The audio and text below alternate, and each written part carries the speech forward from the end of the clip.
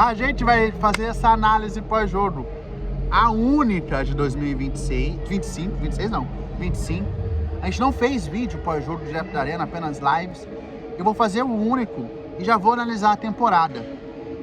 Eu tenho, pela minha curta carreira de 5 anos, não fazer análises geral antes da obra pronta.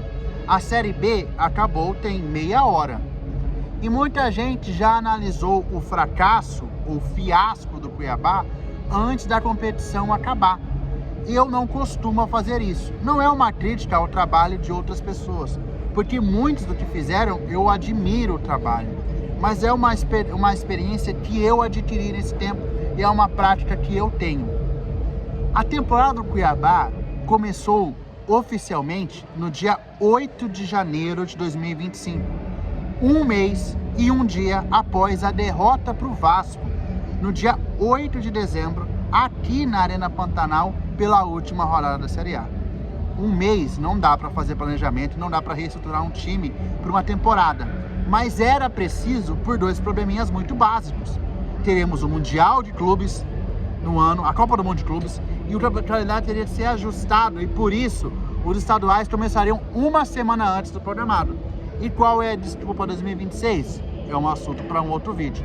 O Cuiabá se apresentou no dia 8 de janeiro, não teve basicamente pré-temporada, e os jogadores principais que permaneceram de 2024 para 2025 iniciaram a sua temporada no final de janeiro. O Cuiabá jogou contra Operário e Misto com equipes da base, com alguns jogadores que vieram da Série B, mas também eram da base do Cuiabá, como o Lucas Cardoso, por exemplo. Então o Cuiabá começou a sua temporada com o seu elenco principal no dia 28, se não estiver errado, de janeiro, contra o Primavera. Empatou com o Operário em 0x0, tomando uma pressão desgramada do Operário, do grande Rogério Henrique. A equipe que eliminou o Sport na Copa do Brasil. O Cuiabá tomou uma pressão desgramada do Operário e rodou melhor que o Misto, mas empatou em 1x1 na Arena. Contra o Primavera faz um gol aos 30 segundos e toma um empate lá e tal. Não ganha os 3 primeiros jogos e, por consequência, termina em segundo no Campeonato Mato Grossense. Naquele momento, o trabalho do professor Bernardo era questionado, porque mesmo com muitas mudanças, o time não tinha muito padrão de jogo. Então o Cuiabá começou a temporada 8 de janeiro e foi estrear 20 dias depois. A estreia seria na 4ª rodada contra o Luverdense aqui. Acabou sendo contra o Primavera lá em Primavera do Leste, contra o time que seria o campeão estadual do ano. Então foi um início de ano muito acidentado e muito prejudicado. Felipe, mas o Flamengo também teve um ano muito acidentado e jogou a Copa do Mundo de Clubes. Mas o Palmeiras também foi muito prejudicado. Mas o Coritiba também foi muito prejudicado. Mas o Atlético, nós estamos falando de outras situações. O Cuiabá veio de uma Série A, caindo de uma Série A para a Série B, e com todo o respeito, em Paraná só tem 2 times, a disputa ali foi entre eles, e o Atlético foi muito impressionado, sofreu muito, perdeu o Campeonato Paranaense. A gente teve o Paranaense sendo cruzado por uma outra equipe fora do eixo Atletiba. Então, assim, uma temporada muito acidentada, começando muito corrido. E mesmo que o pessoal fale que não, a torcida e a mídia e até a pressão dentro do clube era que o time ganhasse o estadual com folga, como todo ano começa. O Cuiabá joga o estadual ou ganhando com folga, que é a obrigação, ou perdendo e sendo o maior vexame do mundo. O Cuiabá faz um planejamento de uma equipe barata, com os jogadores ali, permanecendo Derek, por exemplo, que era o centroavante do Cuiabá, e foi artilheiro estadual, e aí opta por um time desse mantendo algumas bases e dispensando medalhões. Basicamente manter só Bruno Alves e Pazinato, né? Traz o Sander, por exemplo. Não dá certo. O time perde o estadual e é muito pressionado, e chega muito pressionado para a Série B. E nesse meio tempo tem uma troca, né? Sai Bernardo Franco para entrar Guto Ferreira. O time do Guto Ferreira não jogou bem em quase nenhum momento. Até o 5x0 do Cuiabá contra o Sport Sinop, aqui na Arena, foi um jogo ruim do Cuiabá. O Cuiabá com o Guto Ferreira não jogou futebol em quase nenhuma partida. Mas era um time que tomava poucos gols e sofria para fazer. E perdia todos fora e ganhava todos em casa. O Cuiabá até termina bem colocado como mandante. Mas é uma equipe que não encantou em nenhum momento. Mas eu dizia naquela situação que a Série B é a briga de facão no escuro. Mesmo que você não tenha um time jogando bem, mas te esteja desempenhando, você tem que focar e na reta final você tem que ser perfeito. Não falei? A gente trocou o Guto Ferreira e entrou entrou o Eduardo Barros. O time mudou bastante. Alan Pereira dispensado voltou, Gabriel, que era titular, foi para lá. O Cuiabá, no meio da janela, logo após, acho que o Guto ainda chega a perder o Safira, né, com o time. Mas no meio do tempo, o Cuiabá troca o ataque, manda Derek para o Sport, traz Carlos Alberto, traz Safira, Martínez. Então, dos três à frente, praticamente muda todo mundo. Então, o Cuiabá reforça o time, mas ainda faltava alguma coisa nesse meio de campo. O Eduardo Barros, ele tem um mérito muito grande de trazer garotos da base para esse time. Cito o David, cito o Caleb, que é uma grande promessa do Cuiabá e que foi campeão, foi líder de equipes muito interessantes, jogou machucado na Copinha quando estava como capitão do Cuiabá. Então tem méritos ali de trazer garotos da base. Mas o time foi uma coca de 3 litros. Como que é uma coca de 3 litros, Felipe? Você toma o primeiro copo e ela tem bastante gás. O segundo já tem um pouco menos de gás. O terceiro copo já ficou sem gás. Perdão, Coca-Cola, mas é isso que acontece com a coca de 3 litros. O Cuiabá foi uma coca de 3 litros. Ele perdeu o gás no principal momento da Série B. A reta final mostrou que um time com poucas opções no elenco ia sofrer. Safira machucou e parecia o apocalipse zumbi. 3 dos 4 cavaleiros do apocalipse estavam na porta do Cuiabá, porque o Cuiabá dependia única e exclusivamente de Alisson Safira e de milagres de Luan Poli lá atrás. O Cuiabá ficou sem zagueiro em dado momento. E as improvisações, com todo o respeito, eu gosto do trabalho do Eduardo, mas colocar Sander de zagueiro, por exemplo, que é um grande lateral experiente, foi um dos destaques do Cuiabá, apesar de uma temporada abaixo. Então, assim, Cuiabá sofreu sem opções. E na reta final da temporada, ficou claro que alguns desses garotos da base do Cuiabá poderia ter sido testado. Se o Jorginho não tiver... Jorginho, acho que não foi o Jorginho, acho que foi o Antônio. Se o Antônio tivesse tido a ousadia... Foi a ousadia? Acho que foi o Antônio. A ousadia de botar Denilson em algum momento da reta final da temporada, um garoto que veio do Bangu para ser titular do Cuiabá em dados momentos, na reta final, o Cuiabá não teria salvado do rebaixamento.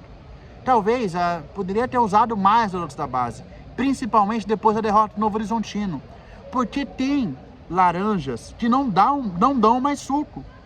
No Cuiabá tem jogadores que não rendem mais. E na reta final, ex-jogadores mostraram o desempenho da equipe e caíram junto com a equipe. Eu não vou citar nomes, todo mundo sabe quem é. Faltou gás. E faltou elenco acima de tudo. Certo? O Cuiabá jogou mal. Para mim, o único jogo que o Cuiabá jogou pessimamente, mal, horrível, foi só contra o Amazonas. Para mim, foi uma das coisas mais horrorosas que eu já vi na minha vida. E olha que eu tava trabalhando no Inter F, mas eu comecei a ver o jogo e eu tive vontade de pular da ponte. Então, assim, com todo respeito às pontes de Cuiabá. Então, assim, o Cuiabá não jogou mal nos jogos, mas não tinha que decidir e faltava um quê? O trabalho do Cuiabá é excelente. Nós somos num lugar que não tem dinheiro para esporte. E eu falo isso por vivência, porque até para arrumar patrocinadores para a Coruja é impossível, porque ninguém aqui acredita no esporte. Se não fosse muitas vezes o empenho do governo do estado, em certas formas, para fazer Mato Grosso receber eventos esportivos e ficar no radar do esporte, não tem investidor, tem pouco investidor.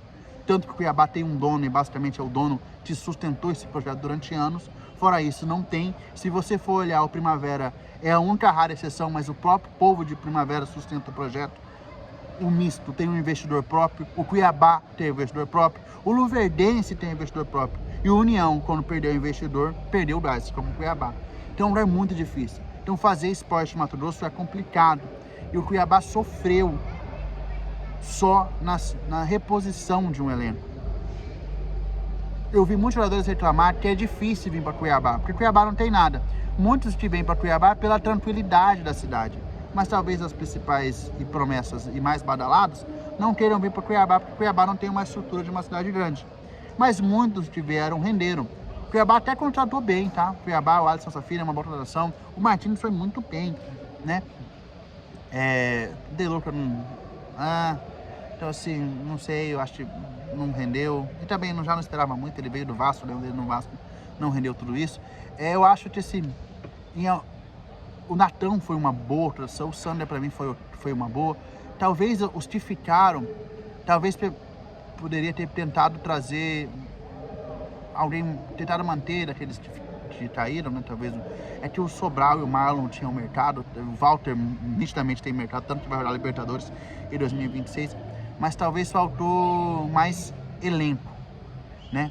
Quando você tira o Denilson e entra o garoto da base, é complicado.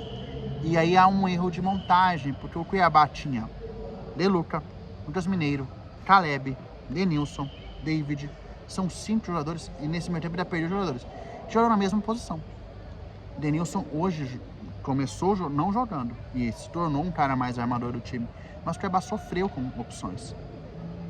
Perspectiva para 2026 é boa, porque apesar do time ter sido essa expectativa, conseguiu brigar pelo acesso, que muitos acreditavam que o Cuiabá ia brigar para não cair. Eu fiz um vídeo pro pessoal do Paraná falando que o Cuiabá ia brigar para não cair. O Cuiabá não brigou para não cair. Então é a hora de pensar. O Cuiabá se viu refém de expectativas que ele mesmo gerou no seu torcedor. O torcedor do Cuiabá não esperava um acesso. Começou o ano, o torcedor do Cuiabá não esperou um acesso. O decorrer da temporada deu a esperança para o torcedor do Cuiabá que esse acesso poderia vir. Mas quando você olha o trabalho do Novo Horizontino, que bate pelo 4º ano seguido para subir, 3º, 4º ano seguido para subir, que é um trabalho melhor que o Cuiabá hoje, até de peças, manteve um elenco.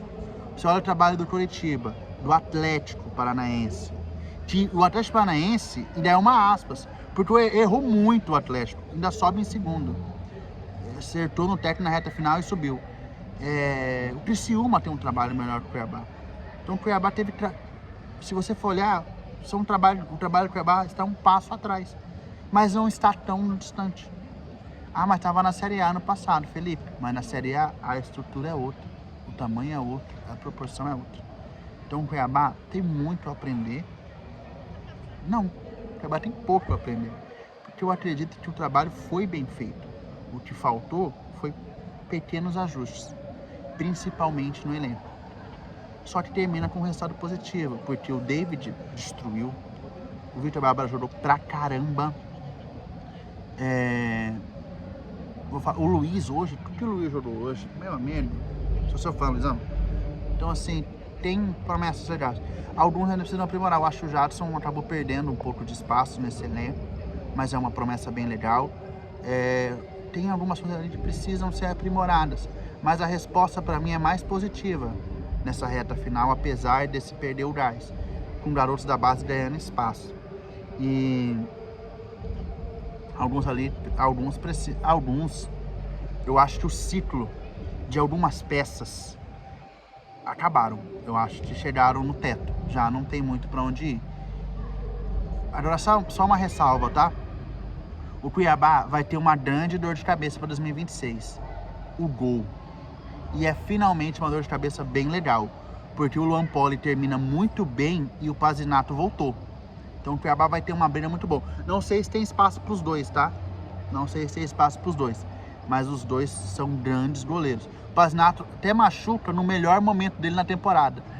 E o Luan Poli chegou e não sentiu o peso de jogar uma Série B, brigar para subir, vindo da PTP lá. Ele estava no Irã, né? Vindo lá do meio da guerra. Então assim, o Cuiabá tem... Essa é um dor de cabeça bem legal que o Cuiabá vai ter para 2026. A gente encerra, tá? O Natura já começou dia 12 de janeiro cobrindo o Cuiabá e termina em entrega dia 23 de novembro, cobrindo praticamente todos os jogos do Cuiabá dentro e fora de casa. Queria agradecer a todos que acreditaram nesse projeto aqui de cobertura da Série B. A gente ainda tem calendário, tá? Tem as finais do Sub-17 e Sub-15 para cobrir aqui no Na Coruja. Ainda tem o feminino Sub-17 que ocorre na próxima semana. A gente tem a etapa de skate para cobrir ainda lá no dia 19 de dezembro. Duda Alcântara estará ela, Papai Noel e Merry Christmas, a esposa do Papai Noel, cobrindo a etapa de skate. Então Na Coruja segue aí, mas em jogos de competições nacionais a gente terminou. Então agradecer aos parceiros esse ano, Cito, por exemplo, a Web Rádio Piabã, a gente começou junto, parceiraço que é o nosso amigo Rodrigo. Também quero agradecer a Dona Festa Pescados, a Move VIP, a Uniprinter, a Maislar. Tá faltando alguém que eu tô esquecendo. Iris Climatizadores, Grupo Apoio, Grupo Uniforte, são parceiras do Na Coruja em 2024. Eu só queria agradecer a todos, espero que a gente se veja em mais vezes. Então, a gente termina a temporada 2025 por aqui, galera. Deixe seu like, se inscreva no canal, dá um tapa no sino para receber todas as notificações e até uma próxima. Canal Na Coruja, o melhor do esporte Mato Grossense.